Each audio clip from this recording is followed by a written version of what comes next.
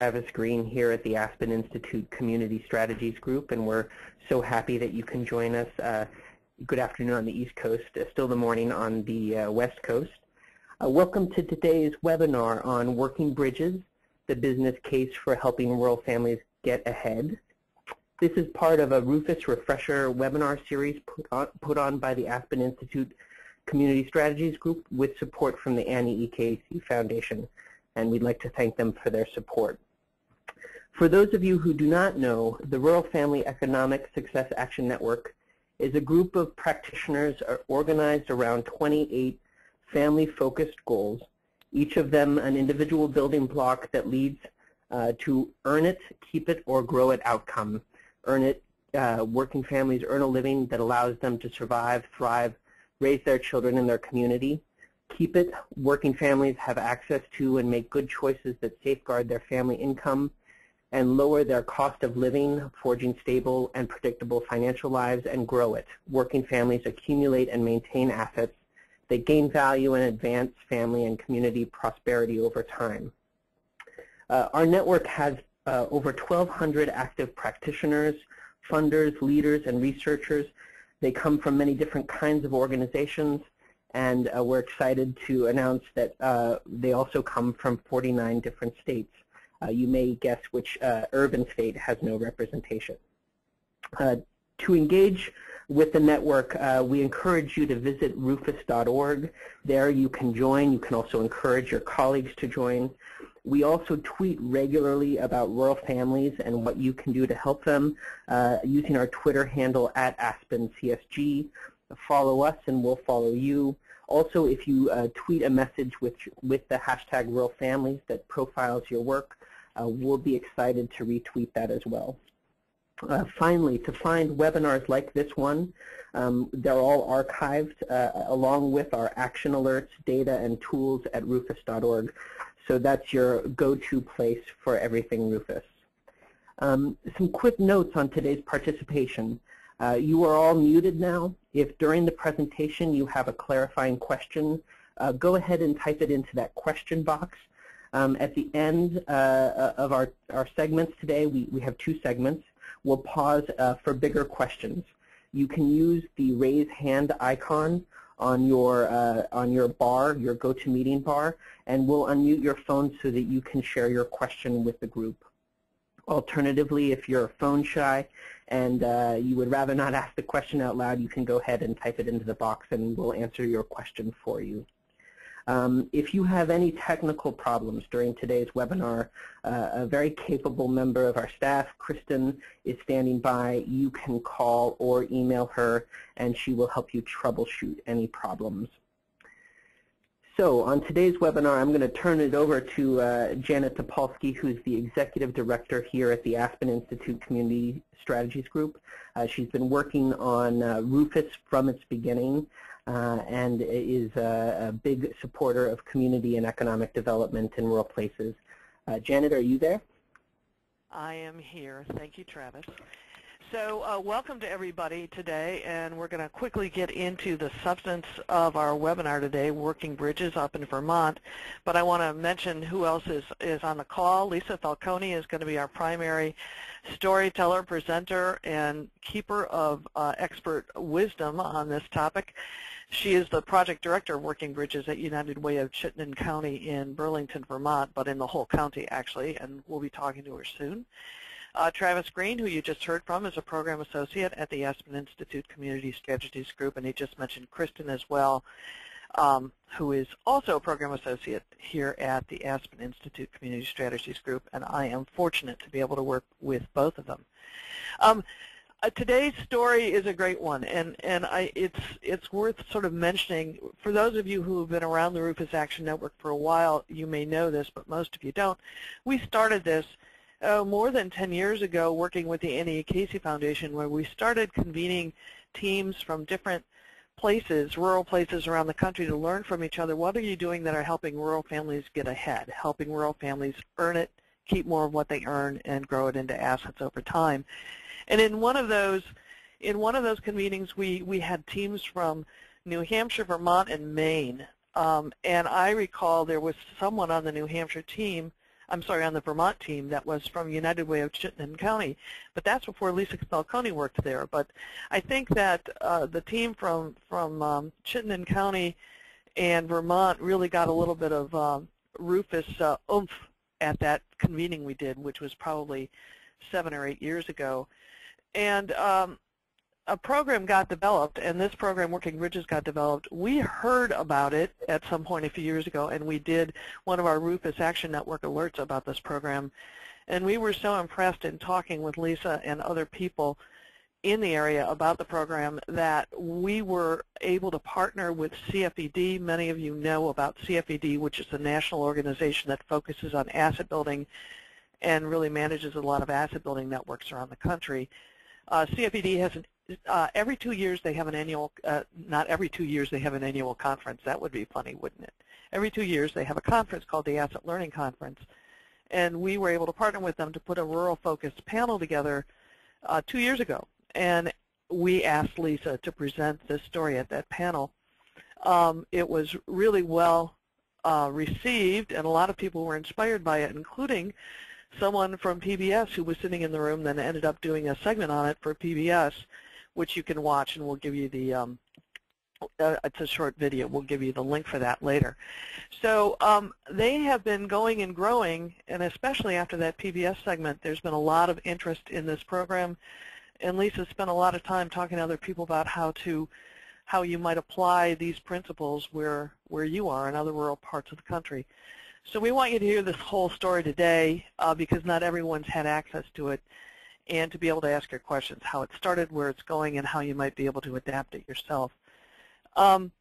Working Bridges, highlights several things, one of which is how the workplace can be a platform for delivering rural family economic success services, a whole range of them, to rural families that are struggling to get ahead.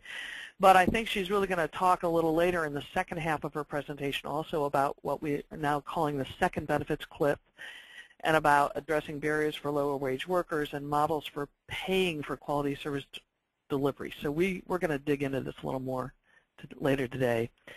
So our agenda is the Rufus Action Framework and why we care, and I'll talk about that briefly. And then we're going to turn into part one of Lisa's presentation, which is Working Bridges, where they've gone. In other words, what they've done so far, what is the service, what are the results, and then we'll open up for your questions and answers. After that, we'll go to part two, which is where they're going, where they want to build toward using this workplace employer-based platform for delivering services to low-income rural families and helping them get ahead. So we'll talk about that then.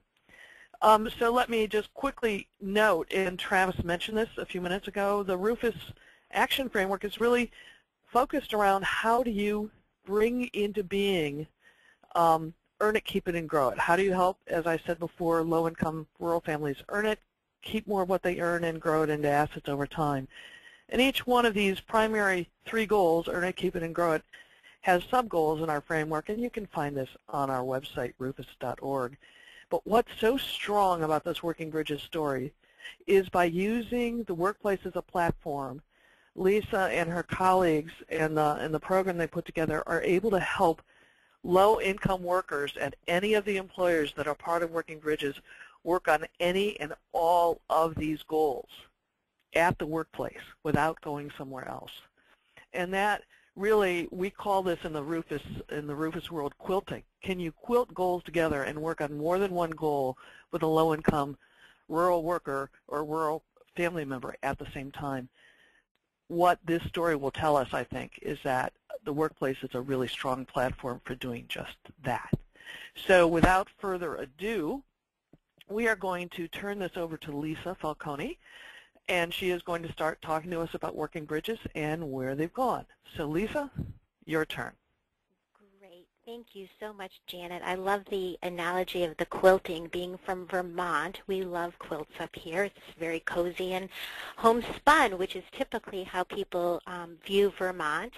I am delighted to talk to you all today about Working Bridges. I do want to say that I am the project director for this thing we call Working Bridges. I always, when I speak before any audience, I like you to know that this really is about a collective of a lot of community partners that make this work. So I just get to be the spokesperson to talk about this today, and definitely have those folks with me, and will hopefully share their perspectives as I go through these slides.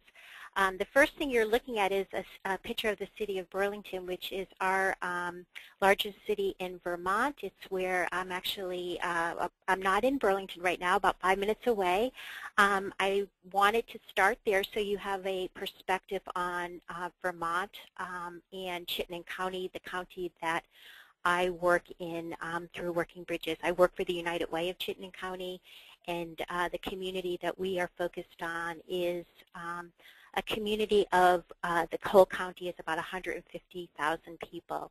The population of Vermont is 625 plus people, 625,000 plus people. And so we definitely fall into the category of being a rural state. And even though we sit close to the largest city, I consider us, this program, to very much impact people living in rural areas.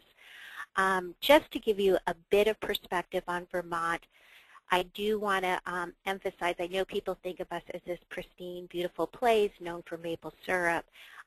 We also are fortunate right now to have a very low unemployment rate. I checked it before I came on this call, and as of June 2014, it's 3.5%, which I think would be the envy of any governor across the country. The reason I bring that up is that there's other pieces of our economic reality that I think is important to emphasize, that we do have many people working in lower wage jobs in Vermont, and I think the last time I looked at that number, it was about 53% of our jobs in Vermont are jobs where people are making $19.25 or less an hour.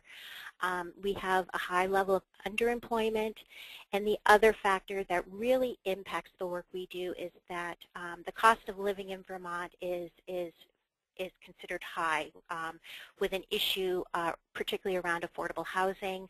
We have very long winters, and certainly heating costs and those things really are struggles for people here. So that gives you perspective on where we're from. I do, as you look at this picture, the University of Vermont's there, the Green Mountains. It is a lovely place, but the reality for us is that we still have a population of people that who fall in the poverty level that we are trying to serve through this program.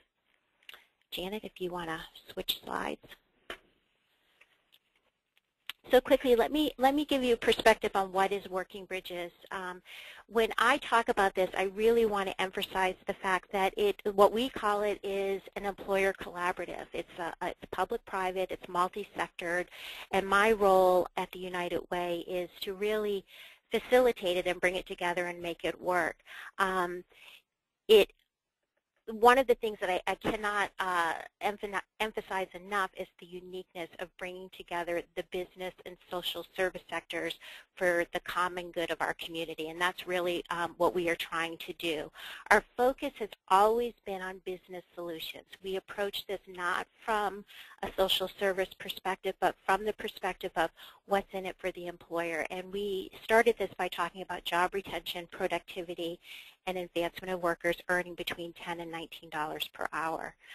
Our strategies are shared across, we share our resources to minimize employment barriers, and they're really focused on the financial stability of lower wage earners and their families. And I'm going to talk a lot more about those strategies as we move on. This is really key about what we're doing. The employers are the innovators of the key strategies. Everything we do is discussed with employers and is brought to a service level because the employers are supporting it.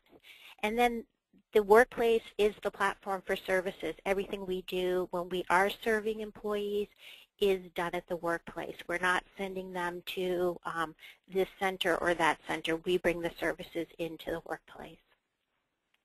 The reason I want to emphasize this too. This took us a bit of time to figure out that this makes it more convenient for employees. The issue of getting services on site has really been important and certainly successful in our program. So let me talk a little bit about the scope of what we're doing. As Janet mentioned, we kind of cross all of their Earn It, Keep It, Grow It strategies. One of the very first things we did, and we continue to do, is we offer a training for employers about economic class. And the reason we do this is because it's really our onboarding with employers. It's really getting employers to think differently about resources, about the impacts that limited resources have on their employees. So that is a very key piece of what we do, and I would call it our onboarding strategy. We also have, and this is another extremely key piece to what we do, is we have this group called an employer work group, and the ERN stands for Employer Resource Network. It literally is about bringing people together on a regular basis. We meet every 2 months, but our whole purpose is to discuss the issues that are impacting people in lower wage positions. And I call them our think tank because this is really the foundation of what we do. When those employers come together, if they're talking about an issue around transportation, they're trying to talk about how can we, they ask really 3 questions. You know, what's the issue, what are we doing individually, and what can we do together to solve this issue and try something new. And as a result of that employer work group, we have developed a whole bunch of strategies, which I'll talk about in a second. But on an individual level, we're also seeing employers changing their own policies and practices that impact their workforce. And in particular, we had one of these meetings in the past few months, and we were talking about the benefit practice of retirement funds, and how employers now, instead of having the employees have to opt in, it's an automatic opt-out for them. That's the kind of level of work they're doing, where they're saying, okay, we offer this benefit, we want people to take advantage of this benefit. So they're kind of putting the twist of economic behavior on their own personal or their own employment benefits to make sure that people are taking advantage of those and are helping their employees through those kind of changes. And Lisa, if I could just sure. interject there, that whole opt-in, opt-out thing, there's a lot of research now that shows that if a benefit is put on a worker's plate, and they can either opt in for the benefit or opt out of it, if you put retirement on an opt-out, retirement savings on an opt-out, the employees are more likely to save for retirement. If you opt in, they're less likely to say, yes, I want that taken out of my paycheck. So what you're saying is, by working with these employer groups, you're bringing in the front-end research on stuff that's working, and they're acting on it, right? Absolutely. Thank you, Janet, for clarifying that. So that's exactly what we're trying to do. So the employer work group not only serves as kind of an education of what we're seeing and the research that we know, we share that. We really are trying to kind of dive into these issues on a deeper level and really think about best strategies and practices to make sure that people are maximizing the benefits, resources that they're offering. So thank you for that clarification. Let me just talk a little bit about the Shared On-Site Resource Coordinator. This was the first strategy that the employer work group decided they wanted to implement. This really is a person. Actually, it's a couple of people now, and working across 8 employers. And the whole role of the resource coordinator is to be on-site at workplaces shared. So some workplaces, our resource coordinators may be there for a 4-hour stint of time, available to employees to get help with life issues, barriers that may be getting in the way of work. And they can range from anything from transportation issues to child care to financial issues. And I'll talk a little bit more about that in just a second. Is that 4 hours a week or 4 hours a day? hours a week? 4 hours a week, I'm sorry. Okay. And That's some okay. of our employers, some of our larger employers will have somebody on site. We have one employer who has somebody on site for 16 hours. So there, it depends on the size of the employer and how many employees are being having access to this position. I call the resource coordinator our jewel, and part of that is because the information that the resource coordinator gets from the employees really feeds into what are the issues that employees are confronted with, and we can bring that back to the employer work group as we think about strategies for improving the financial stability of people. So other key strategies at the workplace, another really primary one that was developed out of the work group is what we call the income advance loan. It's listed here as the Employee Loan Savings Program. And this really is a program about helping people who may have an emergency access money. It was to avoid predatory lending kind of places, really helping somebody who may have a situation where they need money fast, probably do not have traditional banking or credit methods of getting that money, and would opt to find it through less reputable places. So we developed this loan program, and I can speak to this. This could be a whole webinar in itself, so I'll just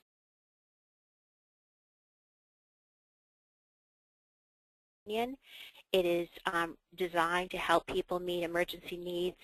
It also has what Janet was just talking about, when people take out a loan, typically in the amount of up to $1,000. When they take out that loan, it is paid back through their payroll deduction. And when the loan is paid off, then the loan does not automatically shut off. It automatically, again, an opting situation, goes into savings. And most employees, through our research, have demonstrated that they do not shut the loan off. They continue to save. And so we've seen that kind of data over the years. This product has become a very, very successful product, and in the last, over the years that we've been doing it, one credit union, and I don't have all of the information for every credit union we've used, has done $1.5 million in loans through this product. The other really ideal piece of it is that we're seeing people improve their credit and are able to move on to other kind of more mainstream banking options for themselves and their families. So that is a really successful strategy that, again, people can access right at the workplace by visiting their HR or the resource coordinator if they have one on site. The other things that we're doing, and I'll talk about these very quickly, is that we now deliver on-site financial literacy workshops, and we are expanding to add coaching to that. Again, these are done over lunch hours, between shifts, to maximize the use of being on site, that people can quickly leave their workplace and come down and do an hour workshop, and they're very they've been very well received, and certainly are adding to our goals of trying to improve people's understanding and of financial literacy, and also helping them to really change some of their behaviors that would help them move their families forward. In addition to financial literacy classes, we've just started adding, we've had this at only a few employers, we're doing GED classes and ELL classes. ELL stands for English Language Learners. We have a large new American population here in Burlington, Vermont, that has come through our refugee resettlement program. And this is all with the idea that for people to advance, they do need to have this is a starting skill or credential that they absolutely need to be able to advance in their workplace. We also bring a mobile tax program on site during tax season with just like a VITA program. We go literally from workplace to workplace and have taxes prepared for folks. And then the last bullet there is around evaluation, and I'm just going to quickly say that from the beginning, before I was even on board, somebody has a good sense to say, let's collect data, let's measure all of this, and let's keep track of how we're doing. And so that really has been valuable over time for us to see our growth. So let's move on. Quickly, we started in 2006, the concept started in 2006 when United Way of Chittenden County, along with United Way Worldwide, had issued this let's end poverty by a certain date. So we jumped on that bandwagon. And what we did at that time was we brought Bridges Out of Poverty training to our community, and we continue to use that training where we are looking to emphasize a few things: that relationship matters, that access to resources does impact the workplace, and that from that training we also emphasize that recognizing the strengths of people in the workforce, that we need to, employers need to really embrace their entire workforce and recognize all of those strengths, and for that would have stronger places of employment.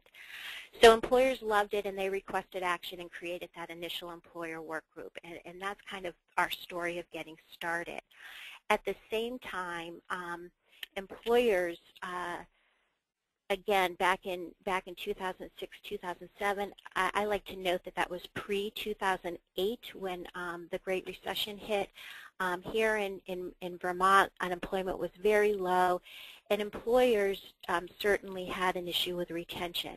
But in addition to that, they were hearing these kind of stories. You can see them, and I won't read them to you, but one is around having a pay advance for an emergency situation.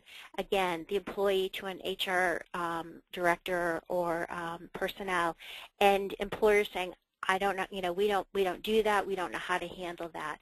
Another example, and again, I think you can do this more easily without quitting your job, but at the time, to access a 401k, people literally quit their jobs, and so they could get their funding out of their 401k. And if you're somebody who's living on the edge, that's probably not the smartest move for an employee. So we would lose employees that way.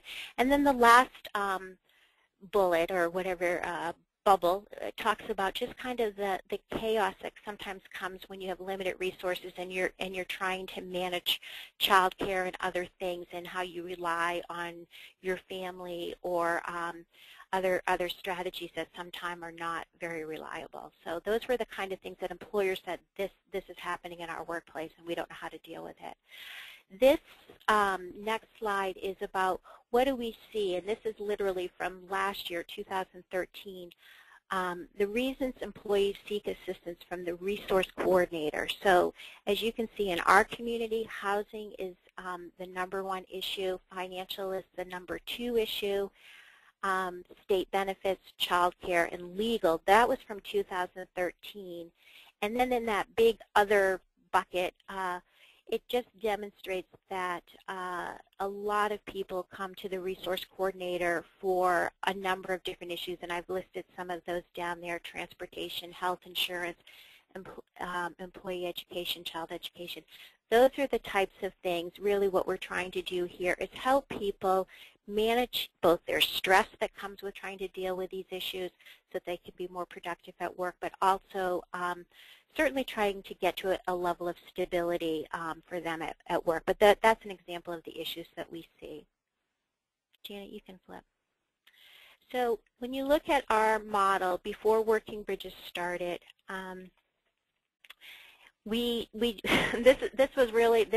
is how simplistic it really is. We knew that employees experience barriers to work, and I expect that the people on this call can totally relate to issues around transportation, child care, and many others that typically have to do with for people with limited resources.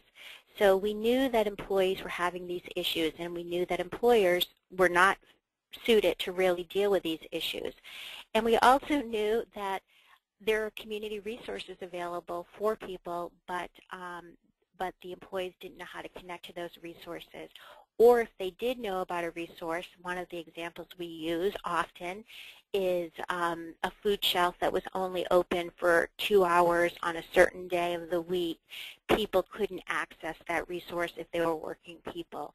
So so the model was really based on unable to connect to these resources, and our hypothesis maybe or philosophy at the time was that the job performance often declined, and then there would be absenteeism and often turnover.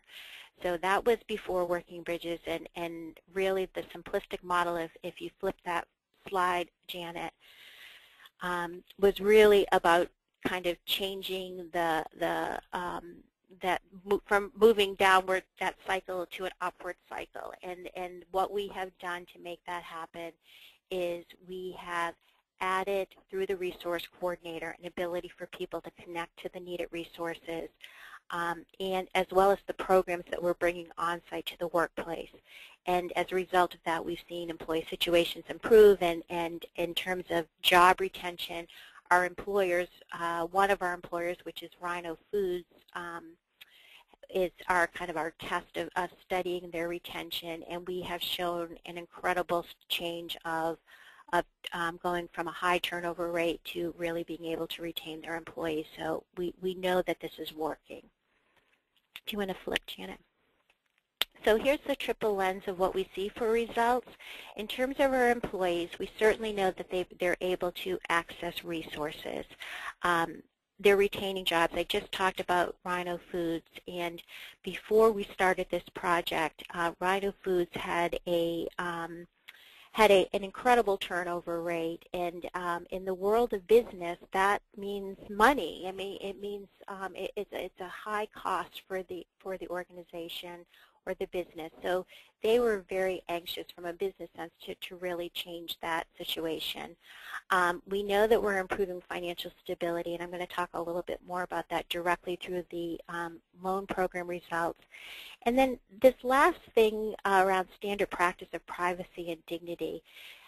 Working people are doing everything right. They're going to work, they're doing their jobs, and sometimes I know in my own personal situation, when life gets in the way, you don't necessarily want to go to your HR director or somebody like that for help.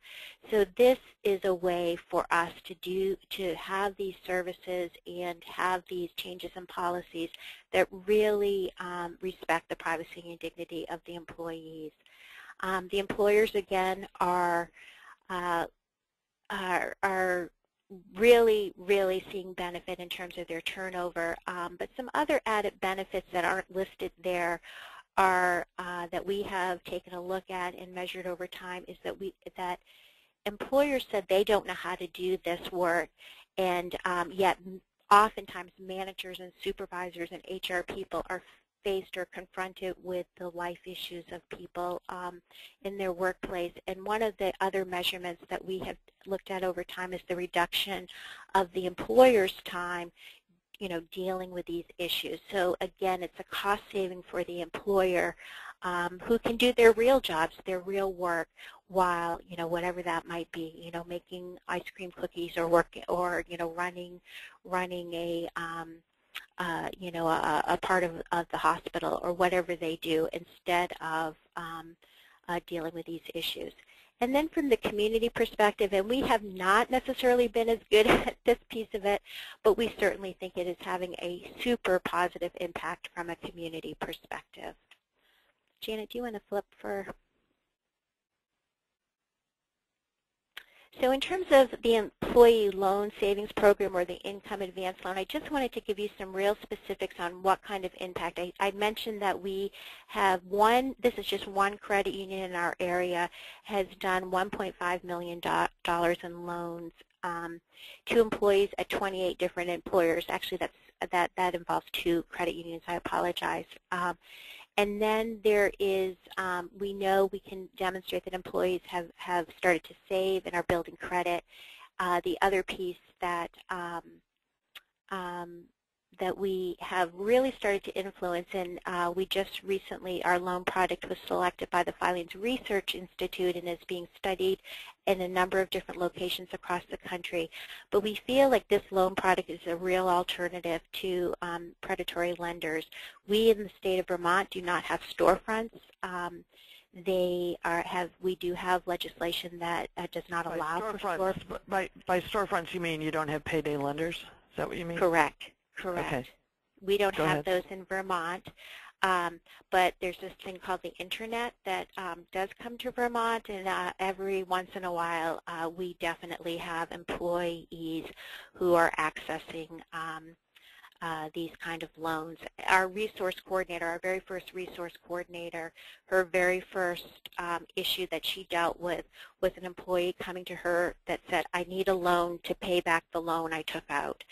So, so that has really been a focus of the work we're doing to get away from that. We're hoping that this loan product could potentially be a national product that can be used across the country as an option. Does it have a name, the loan product? We call it the Income Advance Loan through Working Bridges. I think as it's being studied, they're calling it something different. I think they're calling it the Employee Loan Program or something. I can't remember, Janet, but I can get you that information. Okay. So just quickly, I know I'm throwing a ton at you, and I do want to recognize that there have been challenges with this. This has not just been completely smooth sailing. And these bullets represent some of those challenges. Merging the worlds of social service and business is not always easy. I love this one, and this is one that I expect that I'm speaking mostly to people on the social service side of things here today. Business speaks a different language than we talk at the United Way or in our CAP agencies, and they really are driven by results. And so sometimes bringing those two worlds together really requires expertise and a consideration of putting yourself in the shoes of the other side. So that's been very interesting, for the most part, very, very positive. The next one somewhat goes along with the first one, that stakeholders have a common agenda, but for different reasons. My reason for being a part of this at the United Way of Chittenden County, or United Way of Chittenden County's reason for being a part of this, is it is part of our income strategy, which is all about the issue of making sure people meet their basic needs and they can promote the financial stability for themselves and their families. It very much aligns with that here at the United Way. But again, employers are looking at this in terms of a business need and reducing turnover or increasing workers' productivity. It's okay for people to come to this project or this kind of conversation with different perspectives. The third bullet around EAPs, I would say this: we are not an EAP and we do not claim to be an EAP. What I mean by that is we do not do counseling, mental health counseling, or other drug and substance abuse counseling, but there is a correlation that we're seeing between employers with a resource coordinator on site and the increase in the use of their EAP program. So the resource coordinator certainly is making referrals to EAP programs in our workplaces. The state federal workforce programs mostly support people getting a job. That's just how that's the priority in our policies and funding through state and federal programs. We are really all about helping people keep a job, and so we haven't really been able to make that transition, at least in Vermont. I think other states have been more successful at that. And you know, we really are about it, keeping the job, and we think it is an unusual approach to really merge the community supports in the workplace, that this is a very unusual approach to this, and we're grateful that our employers are willing to test it out with us. And then these last two bullets, first about economic impact. This really does speak to economic impact in your community, and yet we have been so focused on the employee and the employer that we have not probably given it the due diligence about what that impact is for our overall economy. So it is one of those things that, you know, I said to Janet before we got on the phone, we're just a little program, and sometimes we have not taken on all of you know, these larger policy and growth areas, but we keep on trying. The last one is certainly probably our most challenging is sustainability, and I'm going to speak a little bit to how we fund this, but we are certainly looking forward of how we do this over time. I would add to sustainability the issue of capacity, and right now we are in process of trying to replicate working bridges. We're working with other parts of the state of Vermont and New Hampshire, and we're excited to do that work, but it certainly takes resources and capacity to do that. You know, just Lisa, on the economic impact of the stabilizing these rural workers, I mean, you know, without going into a lot of detail, I think you know, it's fairly documented that if you have a stable income, you're more likely to have stable spending in your community. And right. It's also well known that lower income people tend to spend more of what they earn in their community. So if you're stabilizing or increasing the earnings of low income people, you're also creating somewhat of a multiplier effect of spending at local businesses. So not only does the business that's employing these workers do better and have more stability or productivity, lower costs from retention or from turnover, but other businesses that these workers spend at are likely to be doing a bit better as well. So I'll move on for you here. Right, I couldn't agree with you more, Janet. You just don't have the firm details related. We need you to come help us map that out. No, we absolutely agree. We're just not. I don't feel that we're at a point where we're really able to speak to that at a more you know, higher level. We need to do that Yeah, work and you for haven't sure. collected the data on your specific Exactly. workers. That's true. Yep. Yeah, no, I understand. Okay. So necessary conditions, if there are folks on the line who are interested in trying this work in their communities, these are things that I would really encourage you to focus on. Identifying employers who recognize that this is about their workforce. And this is sometimes a little tricky one because employers who are you know, that they think of themselves as good employers, and I'm sure they are, but they don't like to think of themselves as paying poverty wages, and so that's a hard conversation sometimes to get started. And I would encourage you to go for the low-hanging fruit, is what I like to say. Employers that you're working with either on your boards or people who are really have some kind of interest in the work you're doing. You also need a neutral organization. That would be the United Way in our situation, and I really do think that my role here at the United Way and United Way's role is to serve as the backbone of this collaborative that we have, and frankly, we are probably viewed as the leader of it as well, although the power of the employer is very, very strong, and I think that as partners, they're critical to this project. A common agenda must be identified and used as the focus of the program. When we started, we were all about job retention, and now we have expanded to really think about advancement, and I'm going to talk a little bit more about that as I talk about after questions and answers in the second section.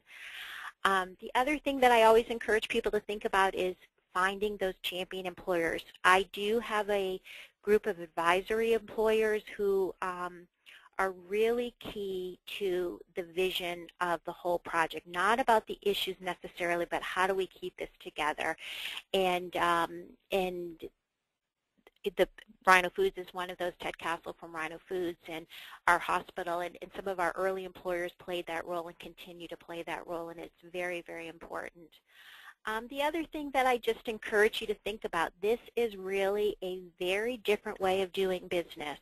And you know, we kind of joke here that everything's a pilot when we try it, and if it doesn't work, we kind of throw it over our shoulder and say, let's move on and try something different.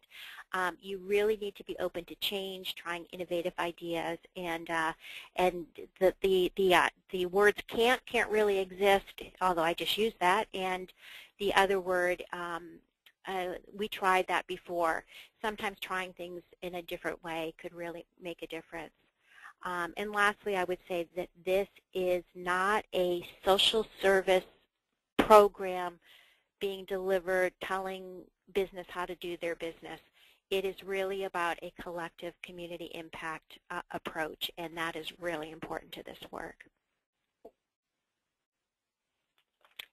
And Janet, I can stop there if you want me to, or can take questions, or? Yeah, I think now would be a good time for questions. And Travis, I have a few, but why don't you explain to people how to raise their hands, and then you can track what's going on. Travis? So yes, you can raise your hand by hitting the hand button with the arrow on your tray for the GoToMeeting. But I also see that about 95% of the users on today's call are using their computer's audio system. So if you would rather type the message, you can go ahead and type the message, and Janet will pose it to Lisa. Okay. Thanks. So, Lisa, I wanted to ask you a question while we're waiting for some questions from our wonderful participants. And before we get into the second half, when you talk to us about where you're going, so how many employers are involved? So there's a couple of different levels of employers. Right now, we have 8 employers, well, we have 7 employers in Chittenden County who use all of our strategies, including the resource coordinator. We have a satellite program at one employer up in the Northeast Kingdom of Vermont, which is a very rural area, they also have a resource coordinator. But it's a hard question to answer because we have many employers who are using pieces of our strategies. They come to the training. They send their management to training.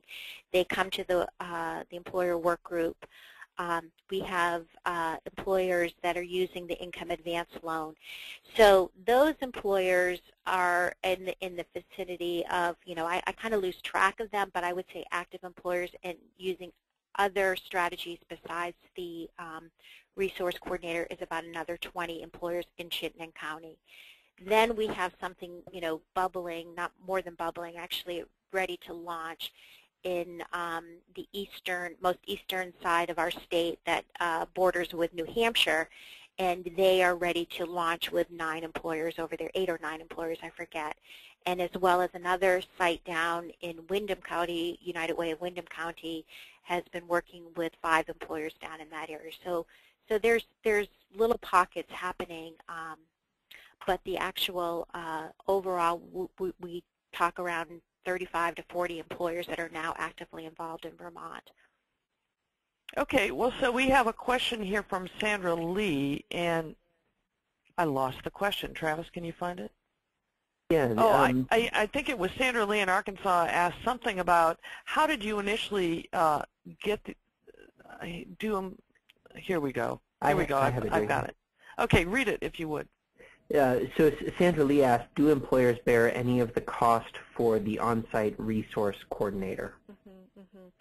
So that's a really good question, and I'm going to talk a little bit more about how we fund this, but I will answer that to say yes, the resource coordinator is now funded by the employers who are using that service. So that is a fully paid for service. When we started the program, we had a ramping up where we did have funding actually from the state of Vermont initially and some private philanthropy money from a local philanthropist, where the first year they didn't pay anything because we were launching this new idea. The second year they were expected to pay 25% of the cost, and the third year 50%, and by the fourth year to pay for the resource coordinator in full. And every employer that started with us continues to work with us. So we have got to that point. And then we have added a lot of employers as well.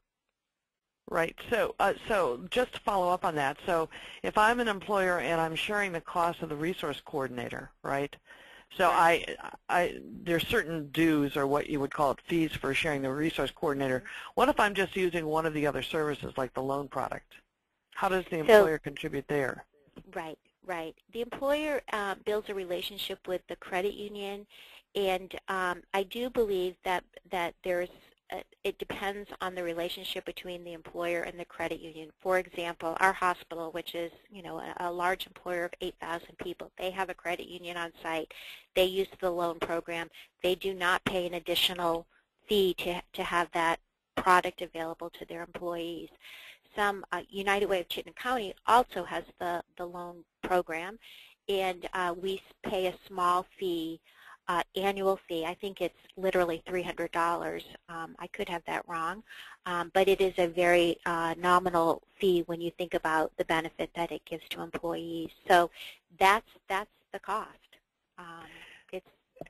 And you just mentioned something, that you've got an employer, the hospital, and in many rural places the hospital is the largest employer, so that's not unusual. You draw from a large region. So that's 8,000. What's your smallest employer? I believe our smallest employer is, we have the Sheraton Hotel. I'm not sure if it's the Sheraton or if it might be Rhino Foods. Rhino Foods is a manufacturing company with employees, right around 100 employees total, and they make the cookie dough that goes into Ben & Jerry's ice cream and some other delectable things. And the Sheraton, I believe, workforce is right around 100, but it may be a little bit higher. I'm not sure. So we're multi-sector, and we cross, we have manufacturing, hospitality, and then we have some large institutions like the hospital. The University of Vermont is one of our partners, and others like that. So I'm sure I speak for all of us when I say we really want Rhino Foods to do well and to stabilize, considering their connection to Ben & Jerry's ice cream. I just thought I'd hand that in. So we have another. Yeah. We have a question from Sarah Gonzalez-Baczynski from Wider Opportunities for Women, saying, hello, Lisa. How did you initially engage the employers, especially around the discussion of poverty and economic challenges facing employees? She says, I imagine there may have been some concerns that they would be blamed for paying low wages and be defensive. Right. That's a really, really good question, and I get it frequently. But I will say, and I know that I think this every time I sit through one of our trainings, it really was about that initial community training. It really opens people's eyes to the fact that we as institutions often operate with the idea that everybody lives a middle-class lifestyle. And what I mean by that, last week my car broke down, or actually it didn't break down. I was getting it inspected, and all of a sudden, they come out and they say, oh, by the way, you have to have, over $1,000 worth of work done on your car for me to put an inspection sticker on that car. Well, fortunately, I had some savings and I was able to pay for my car, but that looks very different for folks with limited resources. And when you lose a car, or you don't have access to reliable transportation, or you don't have reliable child care, those issues can very quickly spiral into somebody not being able to be at work. And doing that training in the beginning really was the impetus and the aha, if you will, for employers to say, oh, that really is an issue for our employees. This is about my employees. Showing data, a lot of the times, they just go, oh yeah, bore me later. But when they heard the stories of the training that we offer, and again, it is based on the Bridges Out of Poverty, we have adapted it to the workplace, but that really has made a difference. So what do you do? Does the United Way sponsor training for employers? Do you do them as groups, or you do them on site with one employer at a time?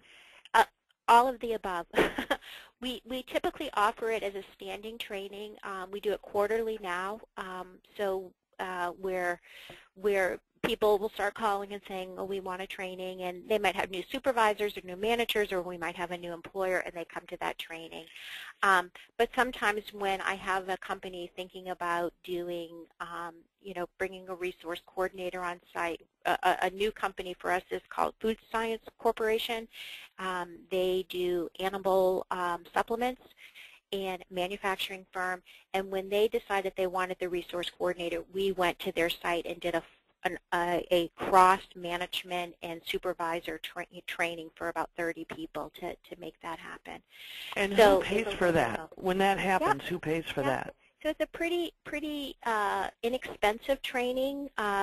We charge individuals to come to the group one $50, so the employer pays a $50 fee, and then if we go on site, it's typically in the $500 range for them to pay for it. So it's just another training fee that they would pay, just like if they were bringing somebody on to do a management training around whatever just-in-time training for logistics or something. I don't know what they're doing these days.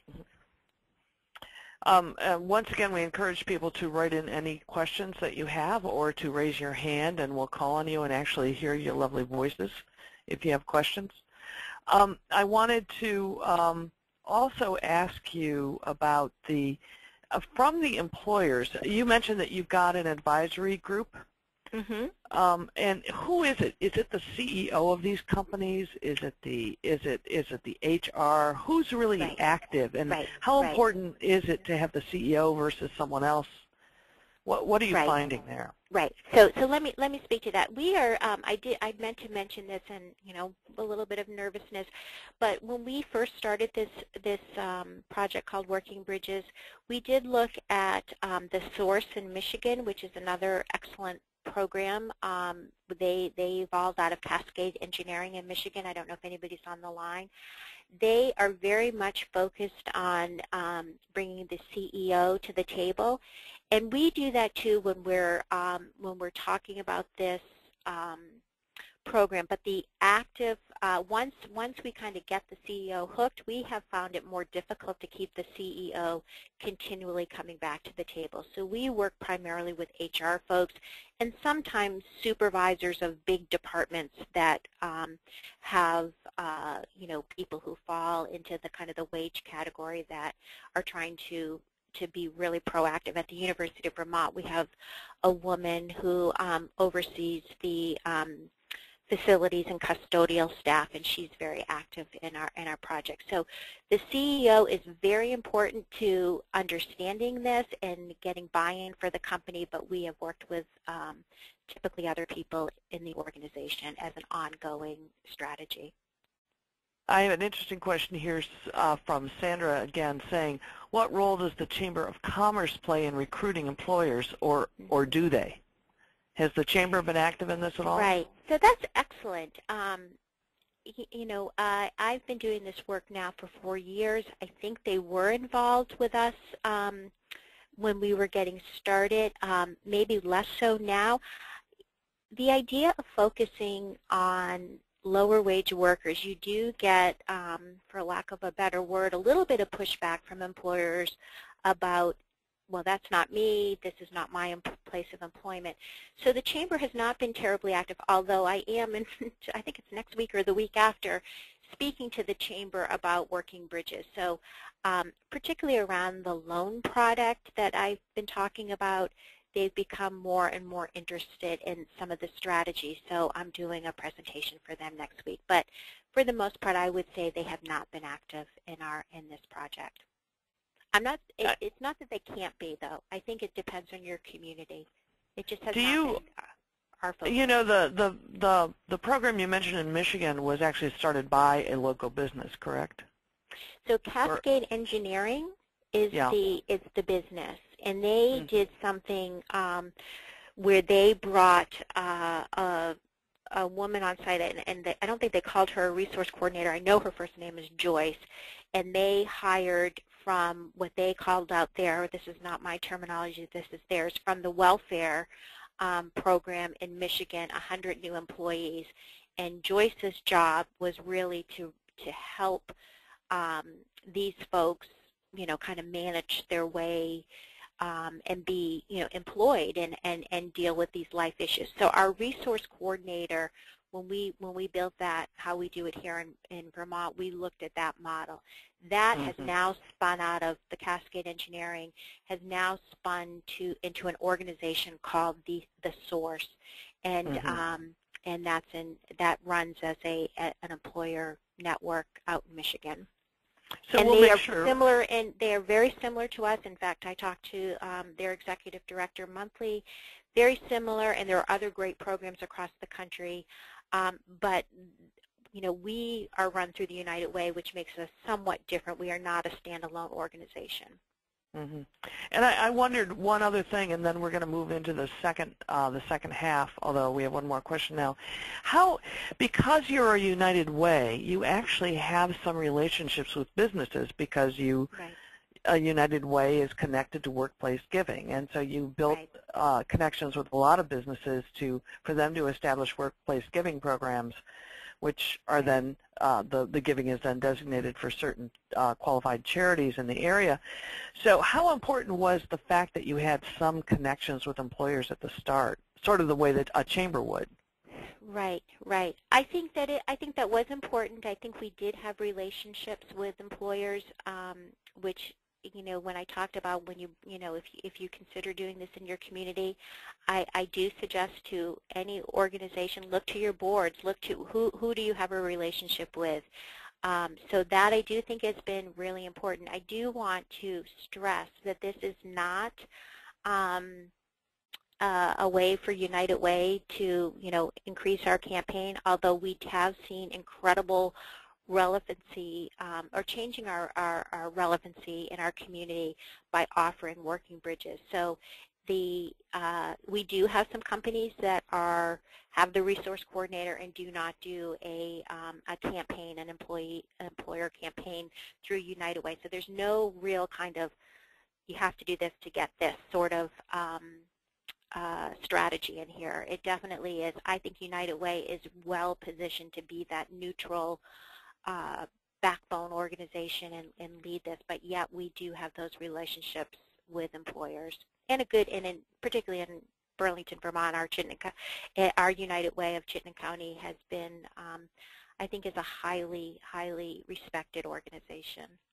So United Ways would be a good partner to go to on this anywhere, but a lot of rural places don't have United Ways. Right. I think your point is really good, which right. is and that if you've got a local nonprofit, it could be a community foundation, it could be any kind of nonprofit that has board members who are business people, right. or who have connections to business people.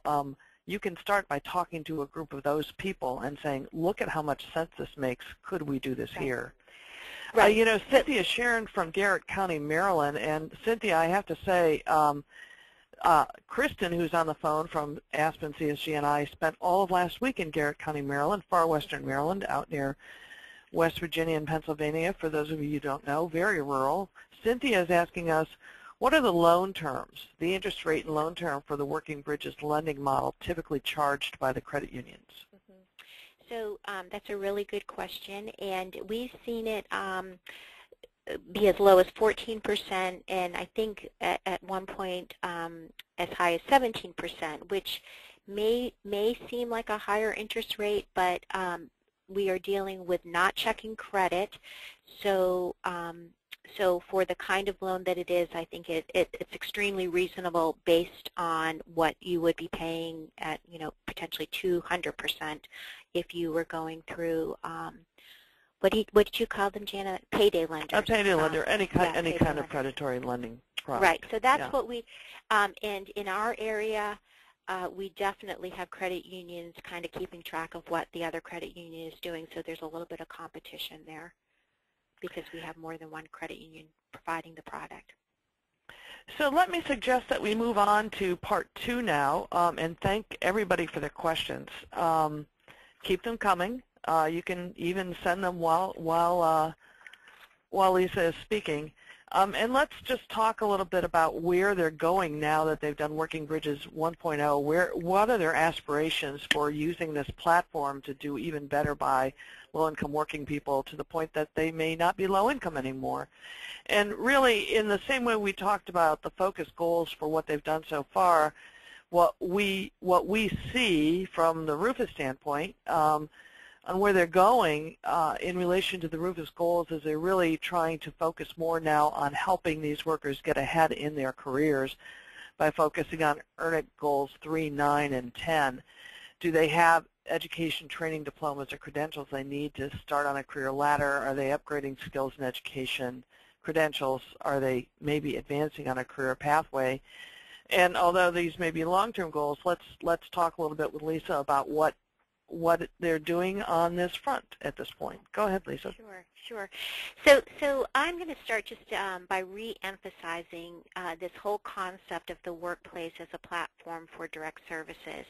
It really was within the last 6 months or so that even though we've been doing this for several years, we realized that this is a pretty unique model where we've been successful at getting services on-site at the workplace, and employers are willing to provide those benefits and those services. So just to recap, we have the resource coordinator meeting with employees on-site at the workplace. As I said, 8 employers are using that service in our county. The emergency loan program, again, access through the human resource person on-site. We've added this concept of financial education, and where we're expanding that is, one, we are integrating it with our resource coordination services.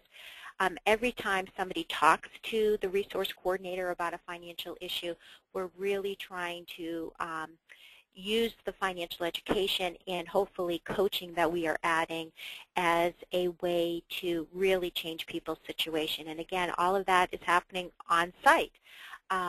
And then the last thing, of course, is the tax program. We are also expanding the tax program to include this financial coaching and this concept of asset building. And so I wanted to reiterate that, wow, that's a lot of stuff happening now. And the results, we've already talked about these results. From employees, they're getting their needs met. Employers, same old thing. They're getting low-cost service right there on the workplace and helping. It's a benefit that employers say really is changing their workplaces. But the other piece I didn't talk about is the advantage for service providers. For example, when we brought the GED classes to one of our workplaces, that service provider really had been interested in working with working population, but just couldn't make that happen. So it gives access to some service providers. So this whole concept of we don't have bricks and mortar. We're mobile, and I think that really has been a big aha for us. And now our focus is how do we maximize the workplace as a way to move forward.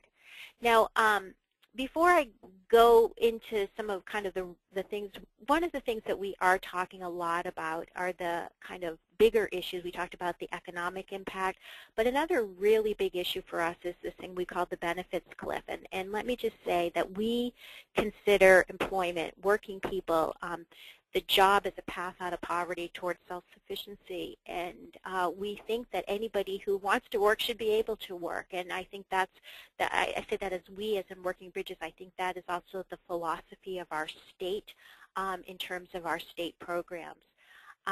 This thing called the benefits cliff is, if you're not familiar with it, it is about when people receive benefits, and sometimes multiple benefits, like TANF or child care subsidy, 3 squares in Vermont. That's our food benefit. Those are some examples of the benefits working people could be receiving. I guess TANF would not be for working people. But the cliff is when people lose their benefits faster, dollar for dollar, than they increase their earnings.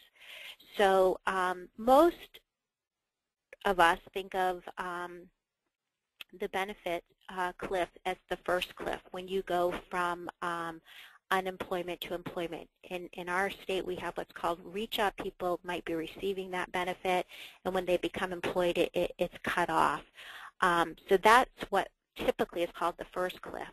The cliff that we are more concerned with is the second cliff, and that is the cliff when you have working people working, and then all of a sudden there's a change in their income. For example, a raise. They work overtime and get additional pay, and that impacts the benefits they may be receiving, like 3 squares or child care subsidy. So this became a real issue for us, and these are literally examples of what employers said were happening in their workplaces. People were quitting their jobs in the summer because they could not afford child care when kids were out of school.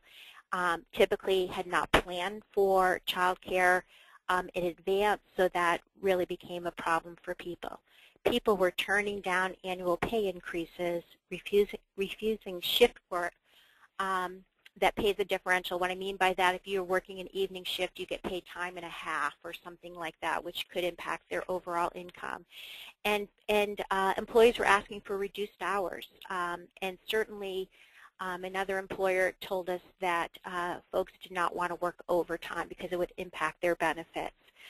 Employers were baffled by this. I mean, literally, they just couldn't get it because they knew that they were trying to be good employers, trying to advance employers, trying, everybody wants a raise if they can get a raise, right? So this was really a confusing issue for employers. I'm not sure what my next slide shows, but I think Janet, yeah, let's flip to that slide. So let me just talk about it for a second. So what did we do? What did Working Bridges do? So we had this issue, this problem, and this is what we did. This is kind of the steps that we do when an issue comes up. We provided education for the employers through the employer work group.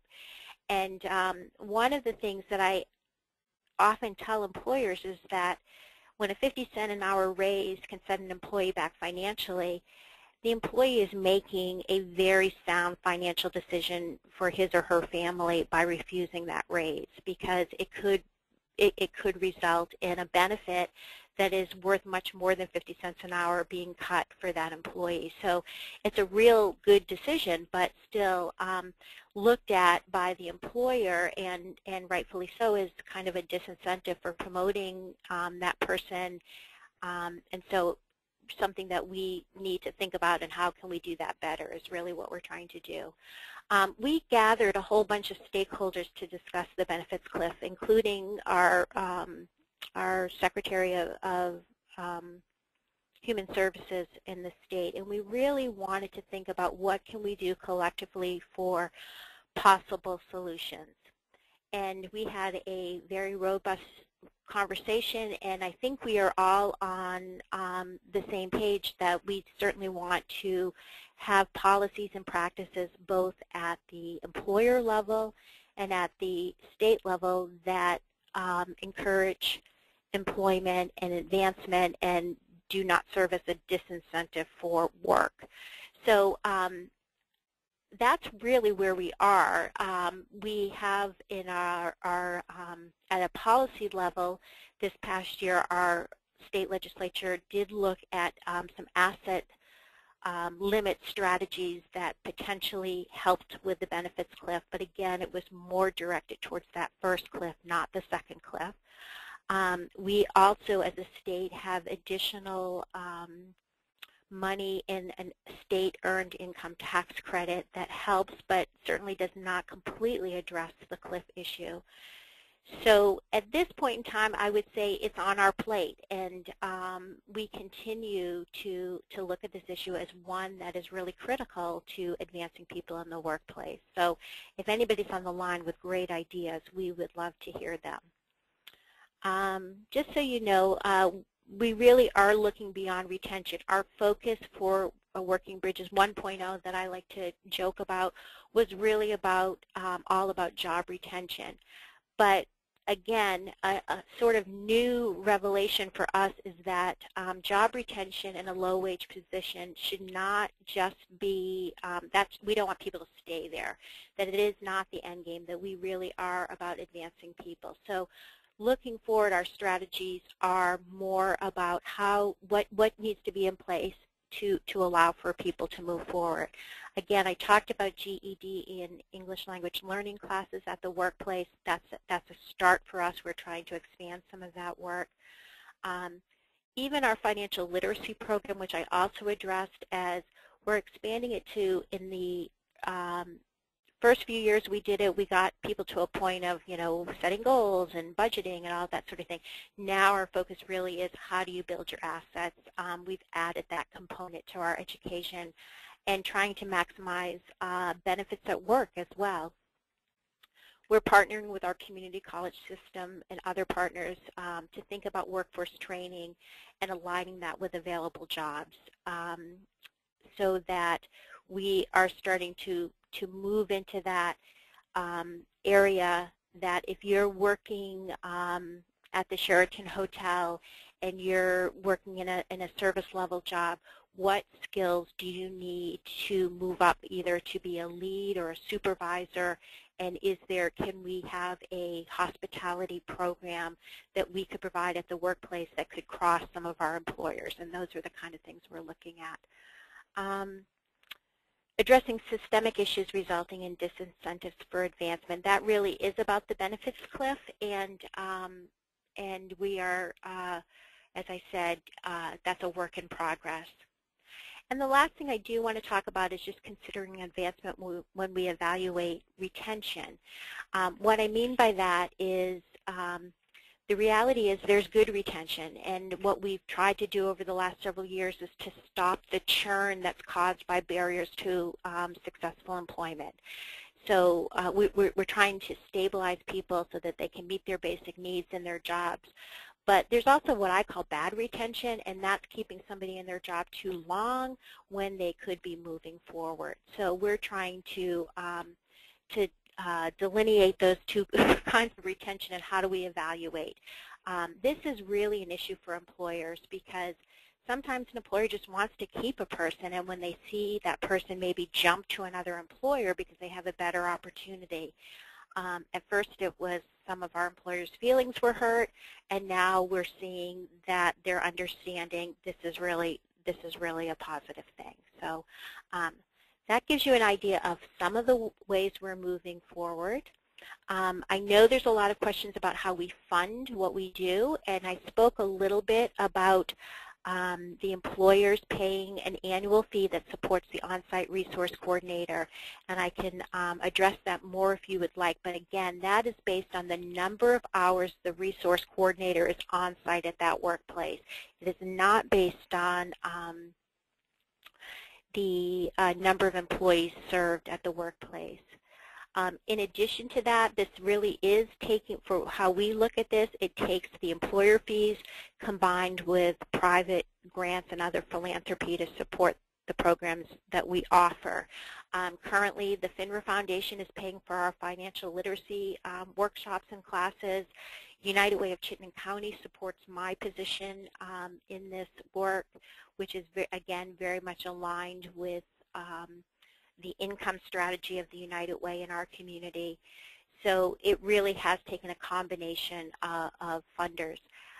State and federal funding, I wrote possibilities there. We used to have funding from the state to support the resource coordinator. They were the ones who helped us do the ramping up when we first started to help new employers come on to the project at a no cost and then ramp up to a full cost. That funding has gone away. I do think that there are possibilities there both in workforce development funding and potentially other sources of funding.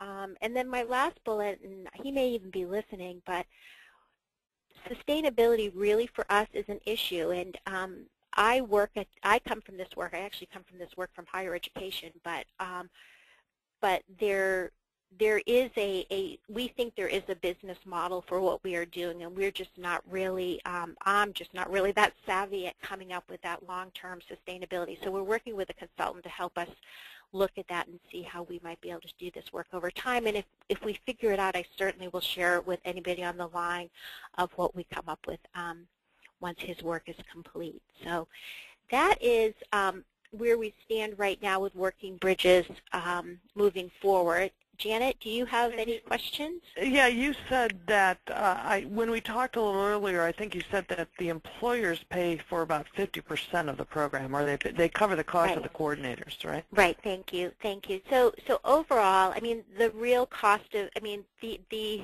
main cost of our work is is the salaries. Of course, it's the salaries of the resource coordinators and my salary.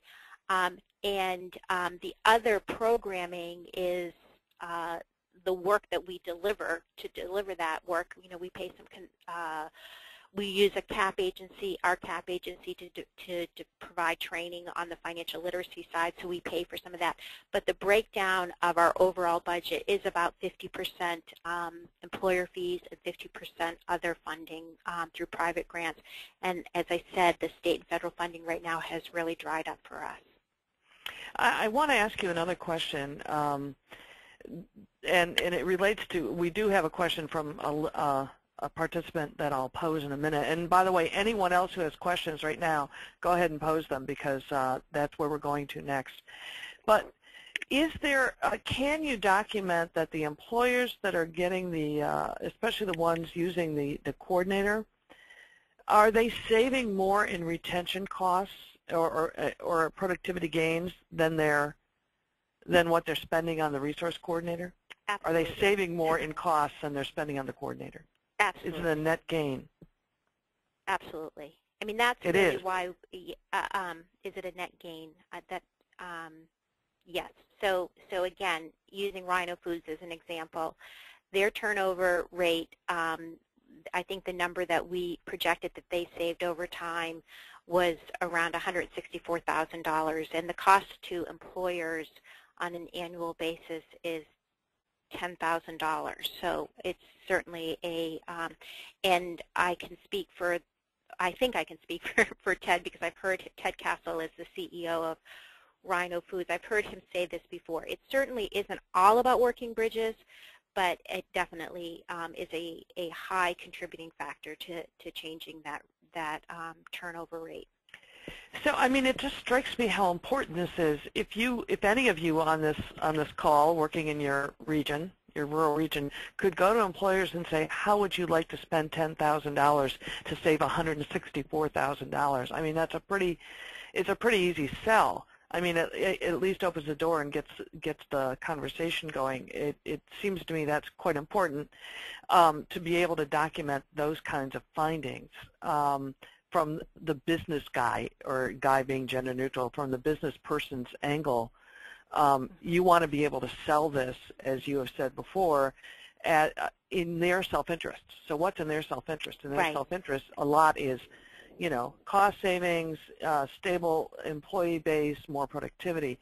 So Lynn from your from United Way Worldwide office here in Virginia is asking, how has the collaborative, and this is related to what I just said, how has the collaborative communicated this good work and the results to the community? How have you done that? Well, great question.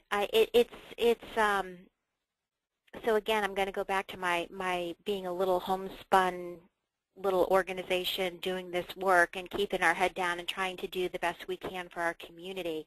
You know, that's our primary focus of the work that we do. We want to do it well. We want to make sure the things we're doing work. So that's our real focus. I would say, and I think, Janet, you and I talked about this offline before the webinar, we have not been a great communicator locally.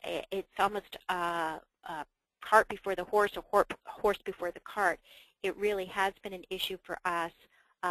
We talk about this story, and then we get concerned that we're going to have all these employers, and we're not going to be able to really be able to do this work across every employer that wants to do it. So that's part of why we're working with a consultant right now, because of the past 2 years and some of the national attention we received. I think we're more known nationally than we are probably in our own backyard.